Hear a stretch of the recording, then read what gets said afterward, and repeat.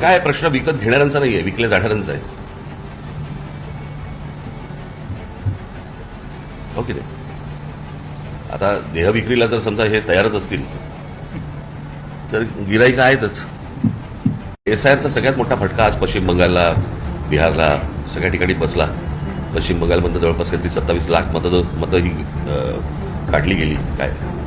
आणि आज ममता बॅनर्जींसारख्या माजी मुख्यमंत्र्याचं त्यांचा पराभव होतो. हे काही साधी सरळ गोष्ट नाही. इतकी मोठी सरकारी यंत्रणा लावायची, हे जे चाललंय राजकारण आता देशामध्ये, हे काही खूप घाणेरडं आणि खूप भयानक चालू आहे. याचा फटका पुढे भविष्यात भाजपाला मिळणारच आहे. तो असं काही कोण राहत नाही त्याच्यातनं. मुळात सत्तेचा अमरपट्टा कोणी घेऊन आलेला नसतो. फक्त प्रश्न असा आहे की आपण करत असलेली कृती हा भविष्यातला पायंडा आपण काय पाडतो याचं भान मला असं वाटतं राजकीय पक्षांना जर समजा नसेल, राजकीय नेत्यांना नसेल, तर मला भविष्यातल्या पुढच्या पिढ्यांची चिंता मला जास्ती वाटते. राजकारण काय येतं जातं वगैरे सगळ्या गोष्टी असतात, पण शेवटी आपण कुठे नेणार आहोत महाराष्ट्र, कुठे नेणार आहोत देश, कुठे नेणार आहोत आपण राजकारण,